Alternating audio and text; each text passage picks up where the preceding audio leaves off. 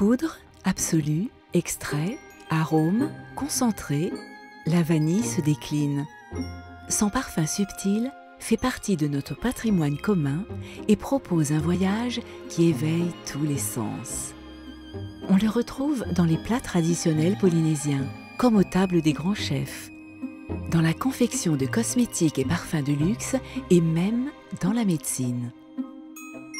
La vanille de Tahiti représente seulement 1% de la production mondiale. Rare et prisée, elle est unique par sa complexité aromatique.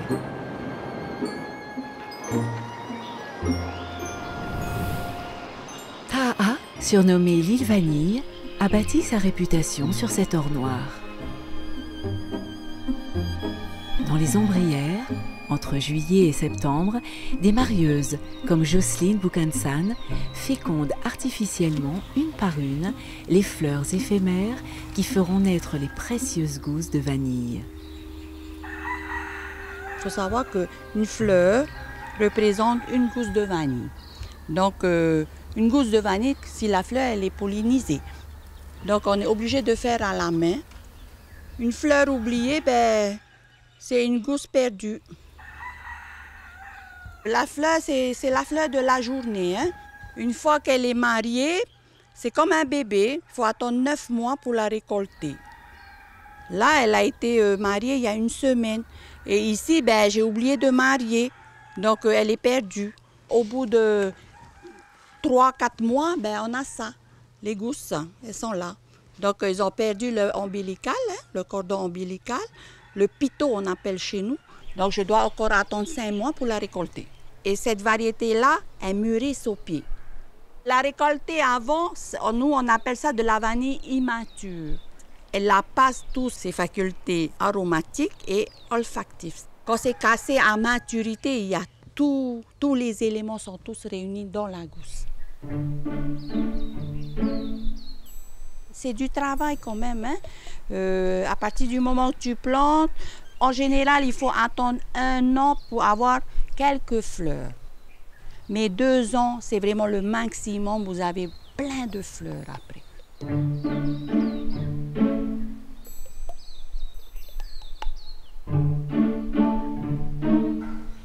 Mais c'est une belle plante quand même. Hein? C'est une très très belle plante.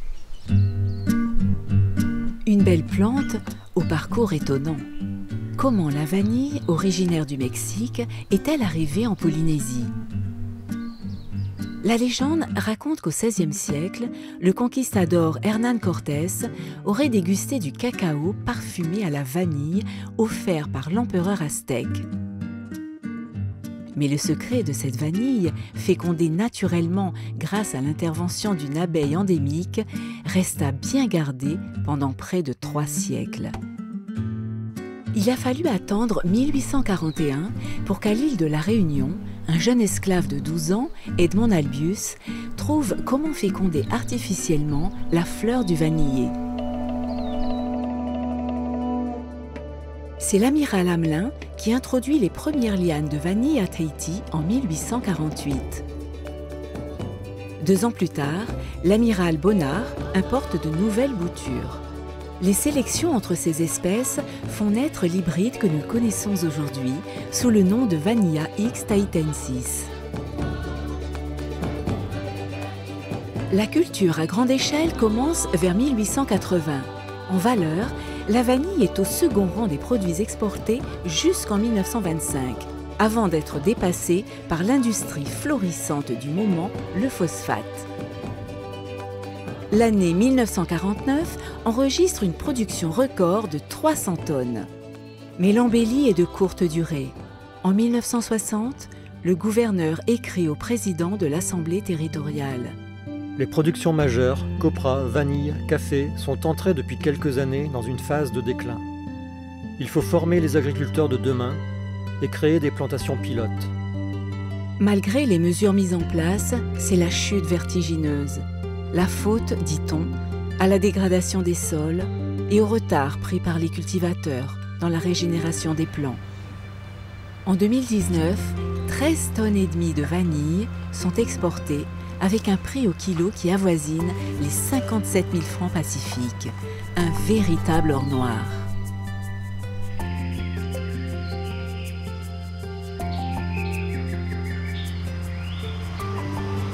Retour à Taha, chez Jocelyne Boukensan. Traditionnellement, on y cultive la vanille en plein champ, sur tuteur naturel. Je suis quand même petite fille d'agriculteur. J'ai grandi dans les champs de toutes sortes de cocoteries, de vanilleries. La vanille, je l'ai toujours connue. Quand je suis née, elle était là. Elle était là déjà. Moi, j'ai le souvenir qu'on allait le matin, on revenait le soir. Parce que les champs étaient énormes. C'est toute une montagne qui appartenait à chaque famille, quoi. Mais ce qui est bien, c'est qu'il y a plusieurs familles dans les champs. Donc, on voyait nos voisins à côté et puis ça discutait tout en travaillant. Mais on ne sait pas à quelle heure on rentre, mais c'est sûr que quand on revient, il n'y a plus de soleil, quoi. C'est ça. C'est vraiment un mode de vie, c'était un moyen aussi de gagner de l'argent, hein. C'était une ressource pour chaque famille. Chaque famille avait de la vanille chez eux. Les mamans tahitiennes faisaient des gâteaux. Avant, c'était le fameux gâteau beurre. 10, 12, 14, 16, 17. C'est des belles gousses, ça.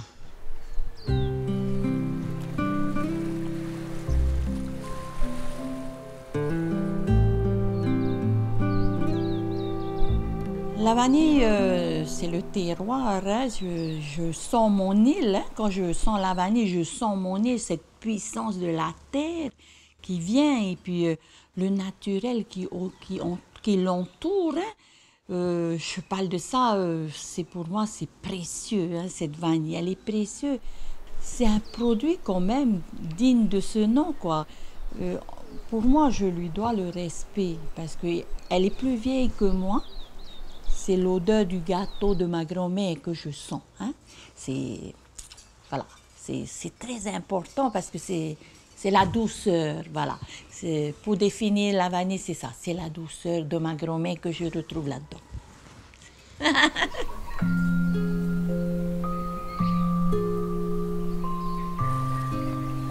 À Ra'iatea, l'île voisine de Taha, se trouve le laboratoire de l'établissement Vanille de Tahiti. Ces chercheurs s'intéressent à la conservation des variétés de vanilliers et à la création de nouveaux hybrides. On va aller voir si on peut prélever des choses. Mais je ne sais pas s'il est tolérant ou pas à la fusariose. Donc il faudrait qu'on prélève des racines pour voir un peu ce qu'il en est. Oui. Je ne sais pas si tu peux prélever quelque chose, toi. Ici, on est dans une serre de collection. On est un centre de ressources biologiques. C'est-à-dire on conserve la diversité biologique des vanillés. Ici, on a différentes variétés qu'on a collectées dans les plantations plutôt traditionnelles, les anciennes plantations de Polynésie française. Là, on est sur la variété Tahiti. C'est une des plus anciennes variétés qui a été cultivée en Polynésie française. Donc le vanillé a été introduit en Polynésie française au 19e siècle. C'est un hybride.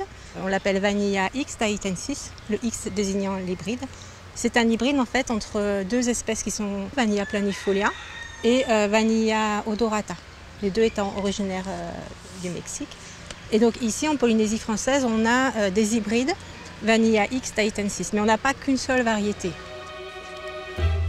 Tahiti, Hapapé, chaque variété a ses caractéristiques et mérite d'être conservée pour faire progresser la recherche sur les hybrides. Donc là, on est devant la variété Hapapé. Ce serait un descendant doublé de la variété Tahiti. C'est-à-dire qu'au moment de la formation de la fleur, l'ADN n'a pas été réduit correctement dans les gamètes et on a le double de la quantité d'ADN de la variété Tahiti dans ces variétés Hapapé. Et ça se voit assez bien par rapport à la taille des fleurs. La variété Hapapé a des fleurs un peu plus grandes, des pétales qui sont plus grands. La liane est plus robuste. Elle est plus vigoureuse. La plante s'est auto-régulée. Le doublement de la quantité d'ADN n'a pas augmenté la quantité d'arômes.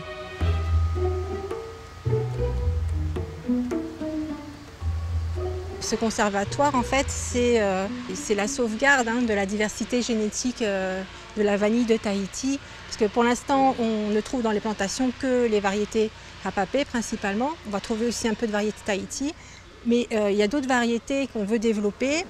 Ça peut être des variétés qui vont être résistantes à la sécheresse ou à des changements climatiques, résistance à des maladies et dont on aurait peut-être besoin plus tard. Donc là, on a une variété qui s'appelle la Paraurao, qui n'a pas beaucoup d'arômes, mais et qui a des gousses aussi de formes différentes. Mais elle est intéressante parce qu'elle est très résistante à la fusariose. La fusariose, c'est une des principales maladies qu'on va trouver dans les plantations. C'est un champignon qui est présent dans le sol, on n'a pas de traitement.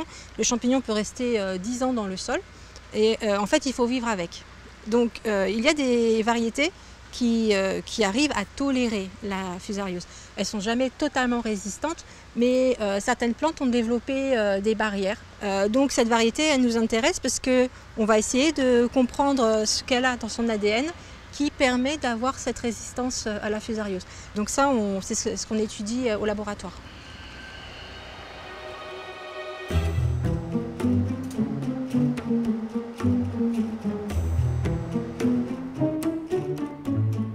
Dans la serre du laboratoire, les scientifiques réalisent déjà des hybridations pour créer de nouvelles variétés.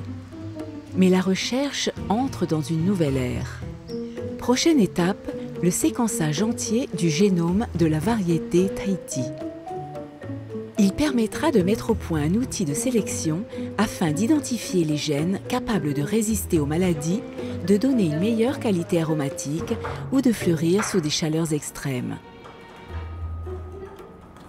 C'est l'avenir de ces nouvelles variétés qui est conservé dans cette chambre de culture in vitro.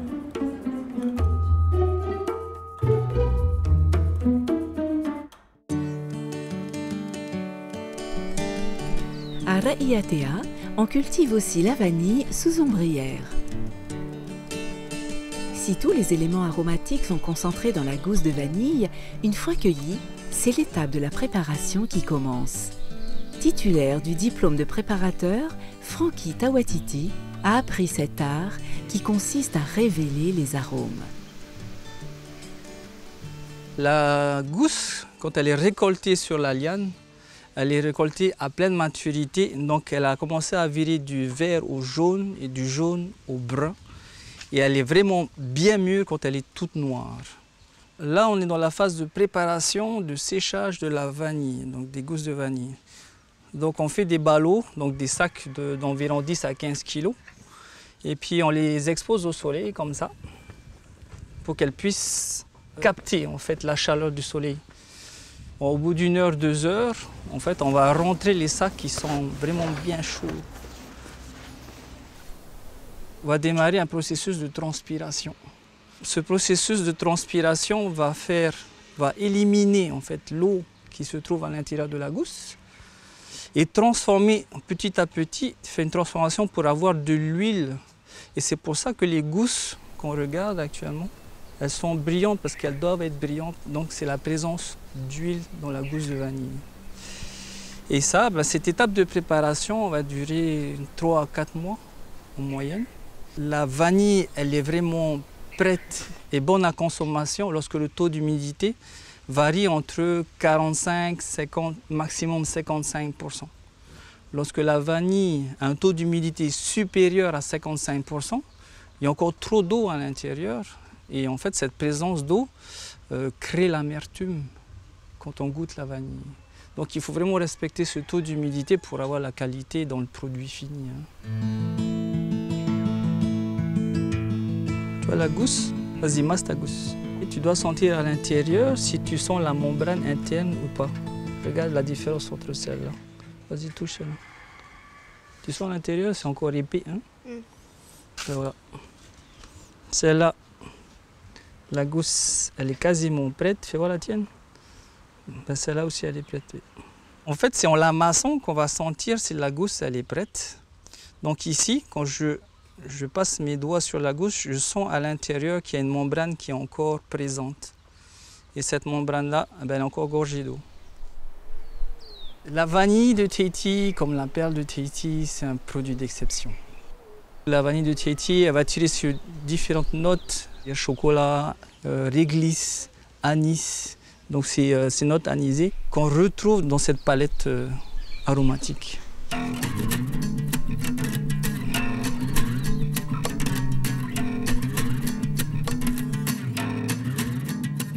Alors, c'est sûr que c'est une grande fierté. Moi, je suis la 3e génération de producteurs de vanille. Mon grand-père plantait la vanille sur la montagne. Le plaisir, c'est surtout d'avoir cette transmission de savoir-faire de génération en génération.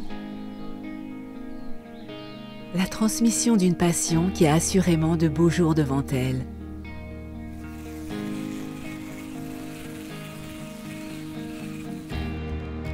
Sur l'île de Tahiti, à l'Université de la Polynésie française, Taivini Teai travaille sur les plantes aromatiques et médicinales et étudie les molécules qui les composent. Les vanilles classiques, on a l'odeur de la vanilline, qui est la molécule qui donne le parfum, qui donne l'arôme vanille. Mais il se trouve que dans la vanille de Tahiti, on va avoir d'autres composés aromatiques, comme l'alcool anésique, qui a cette odeur qu'on retrouve dans le pastis ou dans les amandes amères. Donc qui vont apporter encore d'autres molécules qui vont apporter ce qu'on appelle un bouquet aromatique et non plus simplement une seule odeur, un seul arôme qui est porté par la molécule de la vanilline. Dans toute extraction de plante, l'extrait que l'on a obtenu va contenir au bas mot plus de 200 molécules. Et la finalité d'une gousse de vanille, c'est son arôme. Ce n'est pas une carotte, ce n'est pas un céleri, on ne croque pas dans une gousse de vanille pour avoir le goût vanille. Les molécules contenues dans la vanille de Tahiti recèlent encore bien des mystères. Au siècle dernier, on utilisait les propriétés de ce parfum pour soulager l'hystérie ou la mélancolie. Et si on pouvait utiliser certaines de ces molécules pour soulager des patients atteints de cancer? C'est assez récent, ça fait depuis 2 ans. Se développe ici en Polynésie française, au centre hospitalier de Polynésie française, l'utilisation d'extraits de vanille dans le cadre thérapeutique pour les personnes qui sont sur traitement de chimiothérapie. On ne connaît pas à l'heure actuelle le principe actif, c'est très certainement pas les composés aromatiques, donc ça doit être d'autres molécules qui sont parmi ces 200 molécules qui ont été extraites lorsqu'on fait un extrait de vanille. On le sait tous, hein, les odeurs, le goût et les odeurs sont spécifiques. Et dans le cas de la vanilline, cette molécule est également utilisée en milieu pédiatrique cette fois-ci pour développer chez les enfants prématurés le réflexe de succion et donc améliorer comme ça ses chances de survie. Immanquablement, c'est ce pourquoi la vanilline ou la vanille est utilisée dans les plats et notamment dans les desserts, parce que bon, le dessert, c'est la fin d'un repas. En général, on est plutôt rassasié. Mais lorsqu'on a un dessert à la vanille, en général, on finit entièrement la glace à la vanille. Sur le marché international, le plus grand concurrent de la gousse de vanille naturelle est l'arôme de synthèse vanille issu de la pétrochimie. Dans le monde, on produit 5 à 6 fois plus d'arômes de synthèse que de vanille naturelle. Actuellement, c'est l'arôme vanilline, l'arôme vanille, qui est le plus utilisé au monde. Puisqu'on le retrouve dans tous les produits de consommation, que ça va de la lessive jusqu'aux crèmes glacées. La réglementation REACH sécurise la fabrication et l'utilisation des substances chimiques mises sur le marché européen pour protéger la santé et l'environnement. De nouvelles normes, en cours d'élaboration, prévoient même la substitution des arômes de synthèse par des arômes naturels, notamment pour les produits alimentaires. Le futur pour la vanille et la gousse de vanille de Tahiti ne peut être que prometteur, parce que toute l'utilisation au niveau alimentaire de cet arôme vanilline, qui est un arôme de synthèse dans la plupart des cas, devra être substitué par un arôme naturel de vanille. Donc ça laisse de beaux jours véritablement pour cette culture de la vanille qui est à promouvoir. Comment optimiser la culture de la vanille et améliorer les rendements? Sur les hauteurs de la commune de Fa'a'a, Patrick Kaiha a conçu une serre climatique expérimentale qui produit des fleurs toute l'année. Il a breveté plusieurs de ses innovations, dont ce tuteur vivant. Le tuteur au début c'était uniquement surtout pour l'ergonomie de travail. Avec les anciens systèmes où on ne mettait que le substrat, la nourriture au pied d'un arbre, c'est que le vanillé ne se nourrit que uniquement à la base. En observant le vanille, on se rend compte que quand la liane monte sur le tronc d'un arbre ou du béton, on se rend compte qu'il y a des racines qui s'accrochent. Donc l'idée, c'est de dire, mais pourquoi ne pas les nourrir pendant la phase de croissance de la liane? D'où la nécessité de créer ce système, quoi. Et en étudiant la boule de coco, on s'est rendu compte que c'est très riche au potassium. Donc finalement, c'est propice au développement des racines. Plus vite les lianes poussent, plus vite tu atteins les stades de maturité. L'objectif est de rendre la liane mature. Si elle est mature, donc tu peux provoquer la floraison. La différence par rapport à la technique traditionnelle, c'est 2 fois à 4 fois plus de gousses de vanille en production par an, quoi. Là, les racines vont sortir et là, tu as ta liane.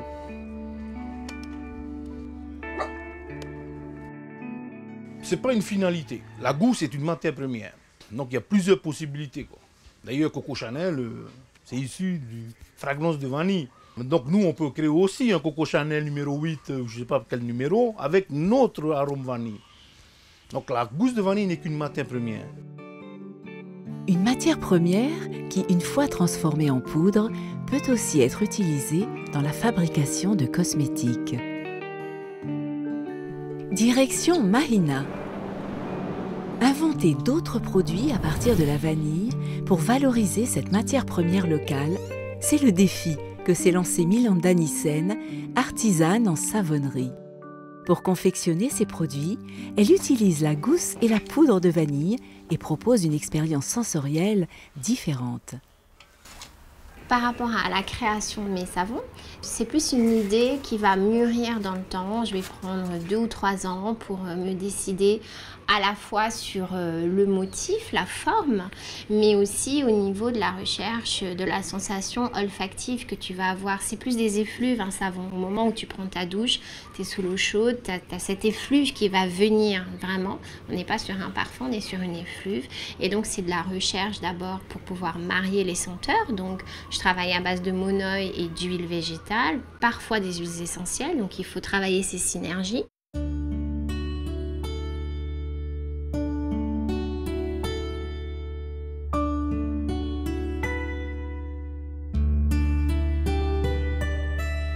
Ce qui me plaît aujourd'hui, c'est vraiment de marier les odeurs locales.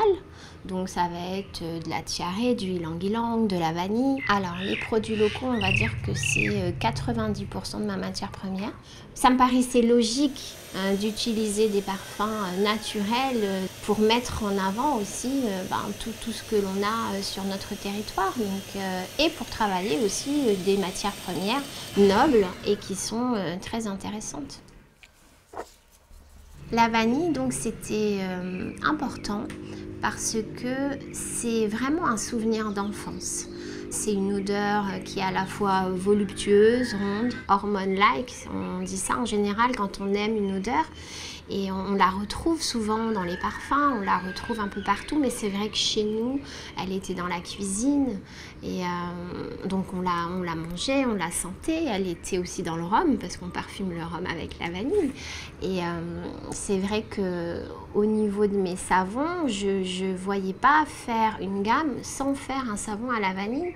Et c'était important pour moi d'avoir cette odeur rassurante, tu vois, qui t'enveloppe. Donc la vanille, c'était effectivement important, ça devait faire partie de ma gamme. La vanille de Tahiti s'exporte aux 4 coins du monde. À Paris, au restaurant étoilé Guy Savoy, le chef pâtissier Guillaume Godin prépare un millefeuille ouverte à la vanille de Tahiti. On aime le goût floral qui s'accompagne bien avec le millefeuille, avec la caramélisation du feuilletage. C'est une légèreté, la vanille de Tahiti, c'est un parfum qui est doux, subtil. C'est l'or noir du pâtissier. C'est son épice, c'est l'exception de la vanille, c'est le must. La vanille possède un pouvoir. La délicatesse de son parfum envoûtant nous plonge dans les réminiscences de l'enfance, quand nos souvenirs refabriquent les arômes. J'ai le souvenir de ma grand-mère qui raclait les gousses de vanille pour mettre dans les desserts, à Noël, dans les crèmes caramel. Voilà, on a tous ce souvenir d'enfance d'une gousse de vanille ou de ce parfum de vanille. La création d'une appellation d'origine protégée est en cours pour la reconnaissance du label Vanille de Tahiti, parce qu'elle est le reflet d'un terroir et d'un savoir-faire unique que les Polynésiens perpétuent avec passion.